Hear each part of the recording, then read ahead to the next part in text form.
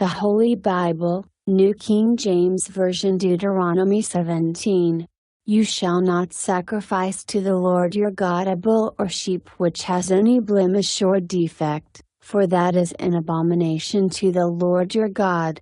If there is found among you, within any of your gates which the Lord your God gives you, a man or a woman who has been wicked in the sight of the Lord your God, in transgressing his covenant, who has gone and served other gods and worshipped them, either the sun or moon or any of the host of heaven, which I have not commanded, and it is told you, and you hear of it, then you shall inquire diligently. And if it is indeed true and certain that such an abomination has been committed in Israel, then you shall bring out to your gates that man or woman who has committed that wicked thing, and shall stone to death that man or woman with stones. Whoever is deserving of death shall be put to death on the testimony of 2 or 3 witnesses, he shall not be put to death on the testimony of 1 witness. The hands of the witnesses shall be the first against him to put him to death, and afterward the hands of all the people. So you shall put away the evil from among you. If a matter arises which is too hard for you to judge, between degrees of guilt for a bloodshed, between one judgment or another, or between one punishment or another, matters of controversy within your gates, then you shall arise and go up to the place which the Lord your God chooses. And you shall come to the priests, the Levites, and to the judge there in those days, and inquire of them. They shall pronounce upon you the sentence of judgment. You shall do according to the sentence which they pronounce upon you in that place which the Lord chooses. And you shall be careful to do according to all that they order you.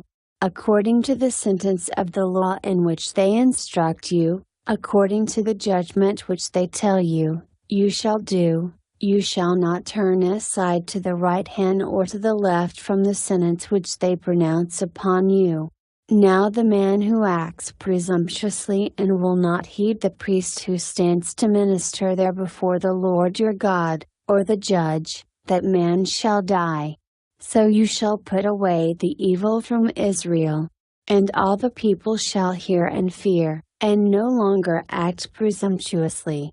When you come to the land which the Lord your God is giving you, and possess it and dwell in it, and say, I will set a king over me like all the nations that are around me, you shall surely set a king over you whom the Lord your God chooses. One from among your brethren you shall set as king over you. You may not set a foreigner over you, who is not your brother.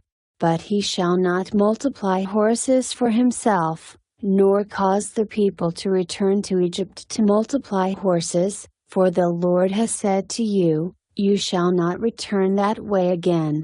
Neither shall he multiply wives for himself, lest his heart turn away. Nor shall he greatly multiply silver and gold for himself. Also it shall be, when he sits on the throne of his kingdom, that he shall write for himself a copy of this law in a book, from the one before the priests, the Levites.